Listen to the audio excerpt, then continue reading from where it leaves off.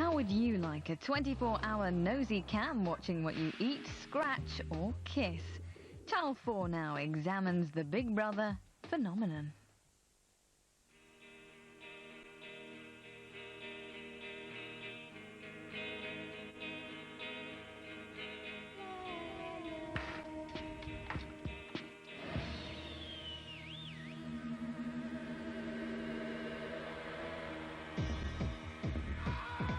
This man is one of the most famous people in Holland.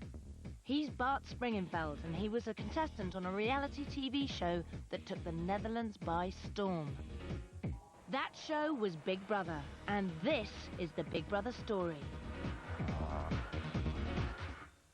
Bart was one of a group of 9 people who volunteered to live in a specially constructed house, rigged full of cameras.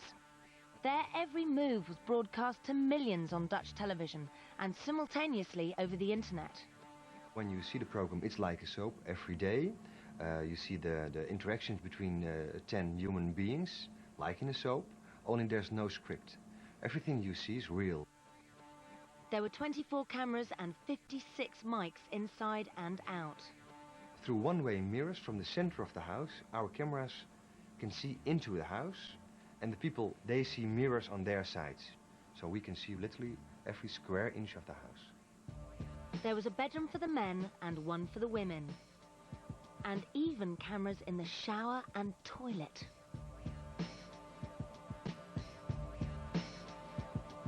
For 100 days and 100 nights, every word and every movement in this house would be recorded and watched by the nation. When it came to selecting people to live in this reality soap, over 3,000 applied. The chosen few were aged between 20 and 45 and covered a wide social mix. I used to be a soldier in the army. I'd been in the army for almost 4 years. I was a stylist at the photographer. My age is 45. I have a daughter of 5 years old. I have a girlfriend. I'm 40 years old. I'm a housewife. I'm a mother of 4 children. 2 weeks before the show started, Animal called me and they said, well, you're in the show. And then I started to think, oh my God, what have I done? I must be crazy to go on television for 100 days without my family. All of a sudden there was a film crew outside my house telling me they wanted me for Big Brother. I was like, whoa, that's nice.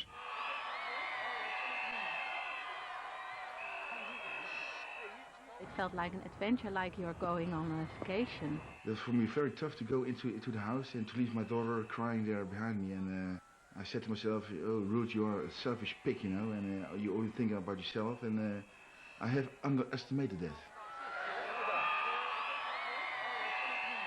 The Big Brother contestants in the house were at liberty to leave at any time, but at stake was a cash prize of over £70,000. The winner would be chosen by the viewers at the end of 100 days.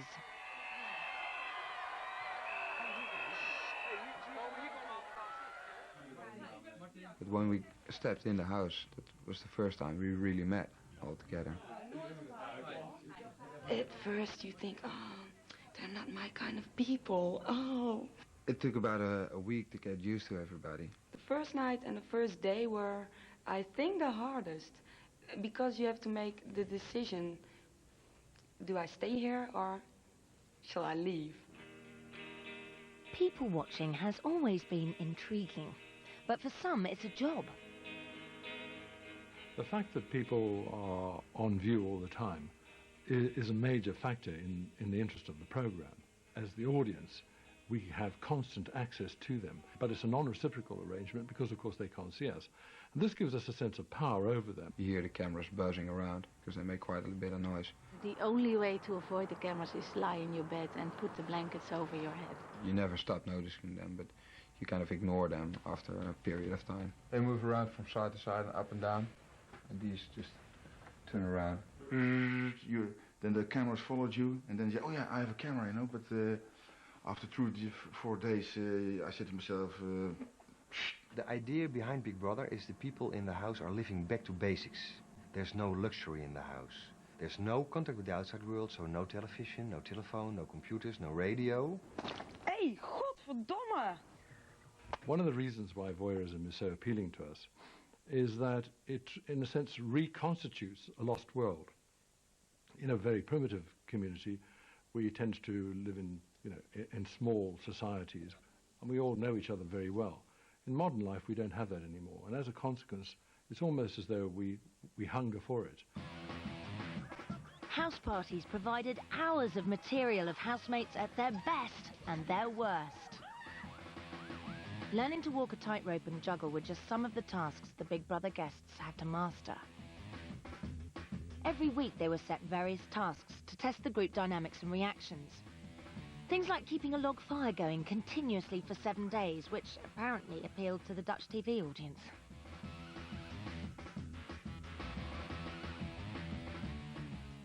First week task we had blowing up all those balloons. We blew up about 3,000. And that was fun to do. Fun to see them fly away as well.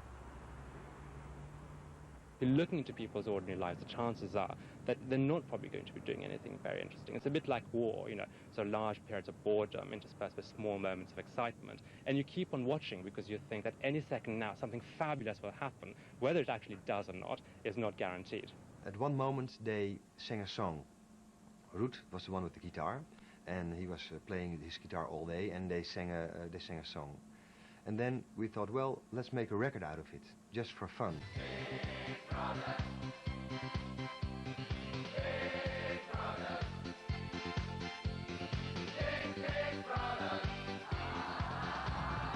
Man, that's so bad. I think the result is very good. Looking at that we can't sing at all. The CD became platinum within 2 weeks. Sealed in their own little world, the Big Brother contestants were totally unaware of how they were becoming a national obsession. You have no idea of what's going on outside. We were one day sitting together, and one was looking at the ceiling and the other one was rubbing their nose, and we were sitting there and we said to each other, we think nobody's watching this.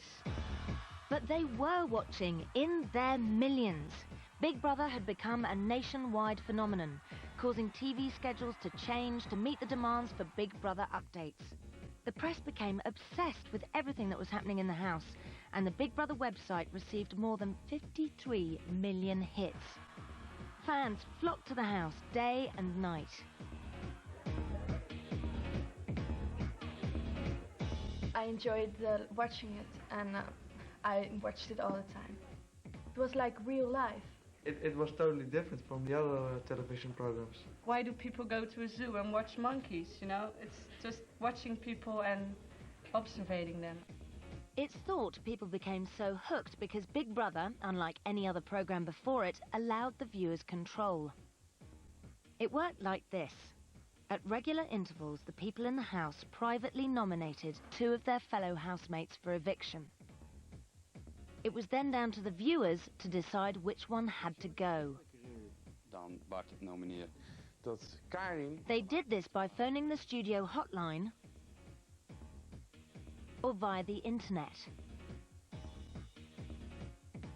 There's a kind of a puppeteer kind of aspect to this, being able to vote people in, being able to vote people out, just at the click of a button, as simple as that. It creates a huge sort of bit of a power kick. And the Dutch viewers were ruthless, voting out anyone they didn't like. Already in the first week, Bart and Sabine fancied each other. Moet je hier ook nog zijn? Nee, eigenlijk niet. Nee, het is goed. There was another guy, he was called Martin, he was also in the house, and he was very quiet the first few days. Martin asked me to come out in the garden with him because he had to tell me something. So I was very curious, and I went with him in the garden, and then he said, Sabine, I have to tell you something. And said, I think Bart is gay because he touched my feet. And he told me that, and I only thought, oh, this is so funny. I thought of it as a joke, and maybe it is or it isn't. It didn't matter to me at that moment. It didn't matter if Bart was gay or not. The viewers thought that Martin was trying to, how do you call it in English? Get on to me or something? He was voted out as first because the audience thought he is a treater. So, well, we throw him out. Martin's duplicity had lost him the nation's affections, and with him now out of the way, Bart and Sabine's romance blossomed. After about 2 weeks, we kind of discovered each other, and we had a lot of support from each other. We figured you need somebody that you can tell things to, that you can do stuff with, somebody that makes you laugh, or somebody that feeds the chickens with you, stuff like that. First we were friends, and it grew to something like love. Their affair gripped the nation, with audiences soaring to a record high.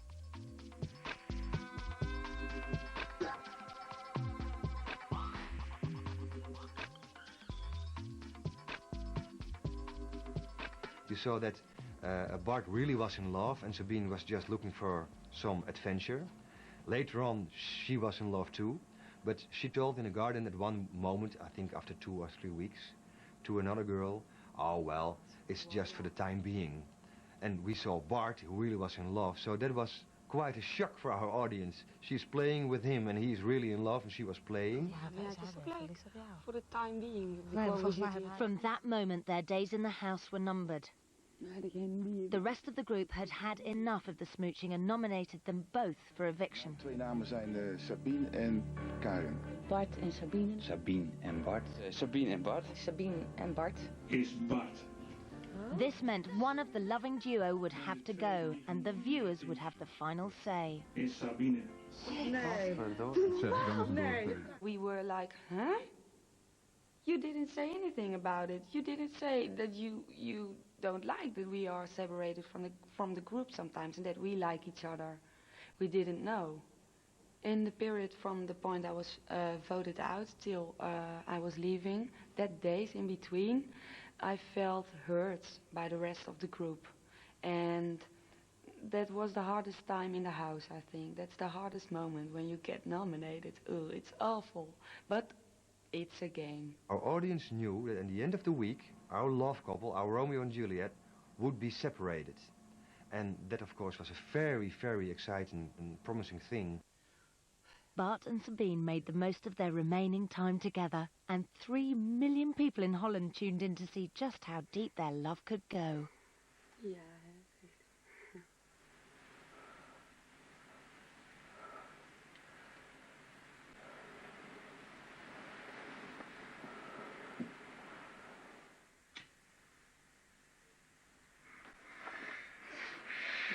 There was so much talking about that thing, but we spent a night together in the same bed, and everybody is suggesting things, and it doesn't matter to me what people think because it's private. The camera didn't show it, so I don't have to tell what's happening when the camera doesn't show it.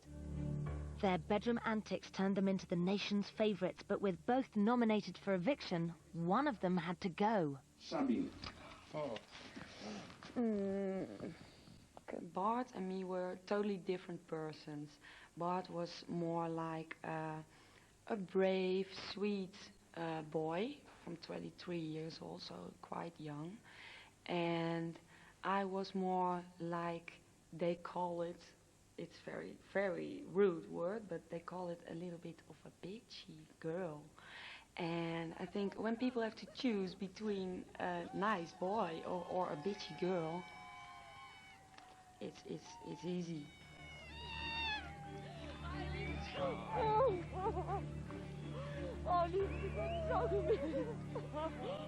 After Sabine had left, nothing can happen to me now. They're not gonna bully me anymore. They've done all they can, and they can't do anything more now. But there was much more in store for both Bart and Sabine in the 65 days that remained of the Big Brother story.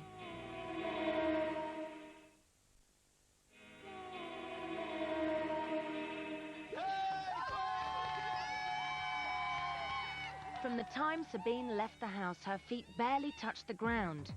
Far from feeling rejected, she was propelled to superstar status. Free from the house, she was in constant demand for photo shoots and chat shows A Playboy cover followed along with her own slot on national TV. Back in the Big Brother house, one by one, people continued to be evicted in what amounted to a national popularity contest.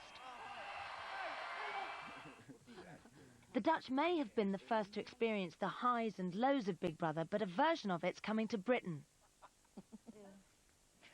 In July this year, 10 people will enter a new Big Brother house in the UK, and the search now begins for people to take part. I think people who are contemplating applying for this program need to know that people at home will be making decisions about them, having views about them. As human beings, we often make very, very superficial decisions. I hope people will sit at home and really question why it is they're voting for somebody. Is it because they have very admirable qualities, or are we voting for them because we fancy them? There are certain characteristics that are essential for people who are taking part in Big Brother. First of all, they have to be able to get on with the job, as it were. They have to be conscientious. At the same time, they also have to be extremely agreeable. And finally, of course, it's also very important that they are emotionally stable, that they don't make other people's lives a misery. We can learn a lot from the Dutch, but experts reckon the British version will offer a very different set of experiences. In Holland, one of the interesting things is as you drive along the Dutch streets, you find that people don't have net curtains and they keep their lights on. And that's partly to do with that kind of Dutch feeling that, nothing should be hidden. It should be out there in the open, that there is no point in having secrets. I think in Britain things will be rather different. I think we'll be much more secretive about these things than the Dutch are. It's possible that we could get people who are very narcissistic, exhibitionistic personalities. You might get some very robust and plucky, adventurous, thrill-seeking personalities. I think it's going to be fascinating to see who actually puts in an application. The idea that anybody can peer into somebody's bedroom, watch them get their kit off, it's a very attractive proposition to most people, especially the red-blooded males out there. Anybody who wants an insight into somebody's bedroom, this is for them. The British are a much more, quote-unquote, masculine society, and the Dutch have a tendency towards, as it were, more feminine virtues.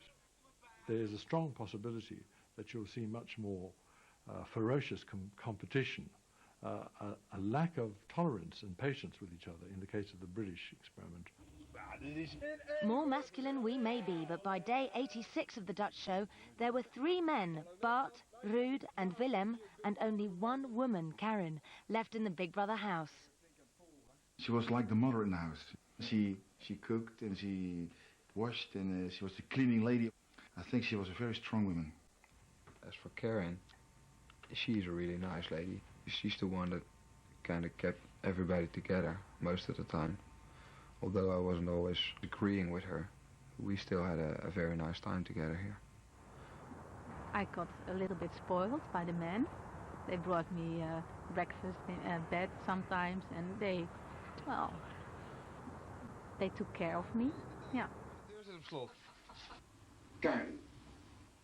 But Karen was really missing her family, so when she was evicted a few days before Christmas, it was a bittersweet experience. She was sad to be going, but happy to be reunited with her family.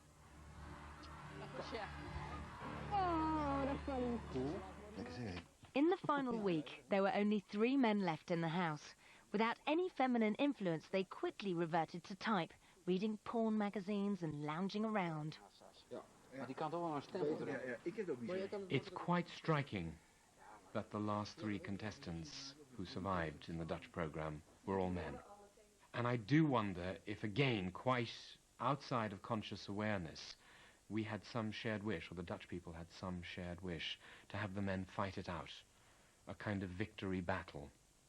A sort of sublimation for warfare, if you like. I mean, in informal warfare, we send all the men off to go and fight it out. And I wonder if what we would call in psychotherapy a phallic rivalry between these potent tigers got erected, literally. The last week it was very tough. Everything was said, every book was read. We had done everything, and we was just sitting, waiting for the end. Vele varia. In that final week, the viewers were asked to vote for which one of the three men they wanted to win the coveted £70,000 cash prize. Well, the general idea after about 2 weeks was that Ruud would win. We thought, hey, this race is run. We don't have to do anything more about it. We'll just stay here and let him win the thing. And just the last 3 hours of the last night, when we were told that we would leave that same evening, then the competition started to kick in again. I went into the house, and in 5 minutes I said to myself, it will be Bart or it will be me. Yeah, and that's a strange feeling that I had, and at the end I was right. Willem Bart. 4 million people rang the Dutch hotline, and it quickly became apparent that it was a two-horse race. Well, I like Bart. Yes, Ruud. Bart. Ruud was always farting. Bart, I think, because he was honest. He didn't gossip. I voted Ruud because I didn't like Bart, at least. Of course, I hoped Bart would win. And I thought, no, I'm not going to phone. I'm not going to do that. But of course, you have to. The 100 days were over, and on the final day, with the clock ticking down, tension was mounting. Thought about fleeing the house the night before over the roof, just making a way out of it. I was really sick and tired of it. It was so boring those last couple of days. And you're just sitting around, you've got nothing to do, you're nervous as hell, and you're just waiting for it to be over. I was sitting here with Bart, and I felt his heart pounding in his body, and my heart was pounding, and it was very tough, you know, and it was not so easy to do that. Daarop staat een naam. De winnaar van Big Brother is geworden Bart. Goed hoor. Goed hoor. Je wordt geslagen.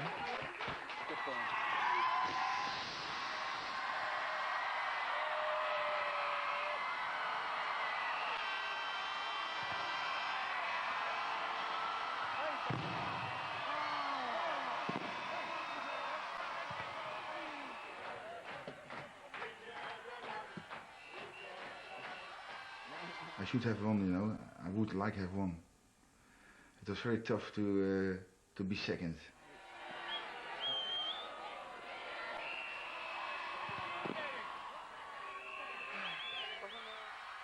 Bart may have won the game, but since the end of Big Brother, he's tried to avoid the limelight.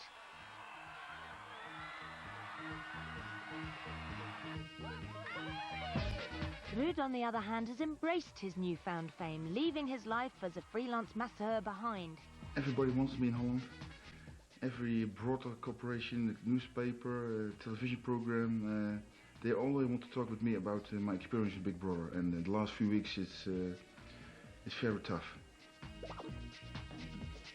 Since Big Brother, Ruud hardly knows if he's coming or going. He's in such demand to appear on television and at showbiz parties, and he's even released a record. In the case of this program, we're going to see the minutiae of all their exchanges. All human life will be there for us to observe. I wouldn't let anybody look into my life like that, I'm afraid. But I'm dying to get a look at the people who do. And good luck to you. There'll be a reminder of how to get involved with the British version of Big Brother tomorrow in T4 at 12:40.